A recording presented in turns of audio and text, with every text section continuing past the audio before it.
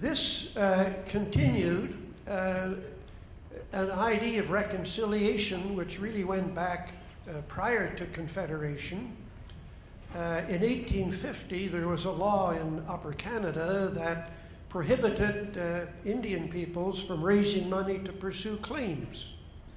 There were civil disabilities, as many of you know, affecting Aboriginal peoples really up until the amendments to the Indian Act in the 1950s, where for the first time, for example, Indian people got a vote. And when people in that era spoke of reconciliation, what they really had in mind was, why don't the native people reconcile themselves to becoming non-native people? Like, I have to reconcile myself to being 71 years old. Not that I like it, just get used to it. And that was the vision, that somehow Aboriginal status, Aboriginal culture, Aboriginal languages were transient. And that just as the Ukrainians and the Swedes and the British and the Germans were slowly absorbed into the Canadian mainstream, so would the peoples of the First Nations. The first break in this, in terms of the law, and I speak of the law as a method of communication. It is one of the ways in which we understand within our society about the rights and obligations that bind each other together. So when the courts speak and the courts give a decision, it is reported in the press, and over a period of time, there is an awakening public consciousness that, well, maybe there is something to the idea that First Nations peoples have rights over and above those who came from the Ukraine and Germany and France and Britain.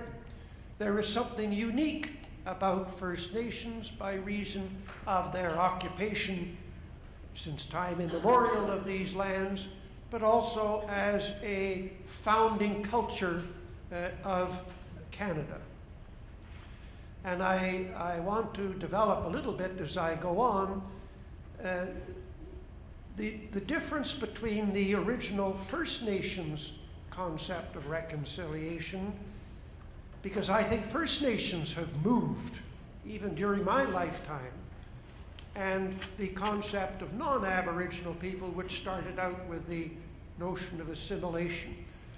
On the Aboriginal side, what I first heard and repeated many times over was the Haudenosaunee notion of the two-row wampum. So that as you all know, the two-row wampum, there's a field of blue, I think it is, and then there are two parallel stripes. And one of these stripes represents the Aboriginal population in a canoe, and the other line represents the non-Aboriginals in a ship. And these two lines are contained within the same field, but they never intersect. There is an apartness, a separation that is contemplated as continuing forever. And there are certainly vestiges of this still in Aboriginal thinking, particularly the Mohawks of Haudenosaunee and so on. In their minds, there is a gulf which will continue until the end of time.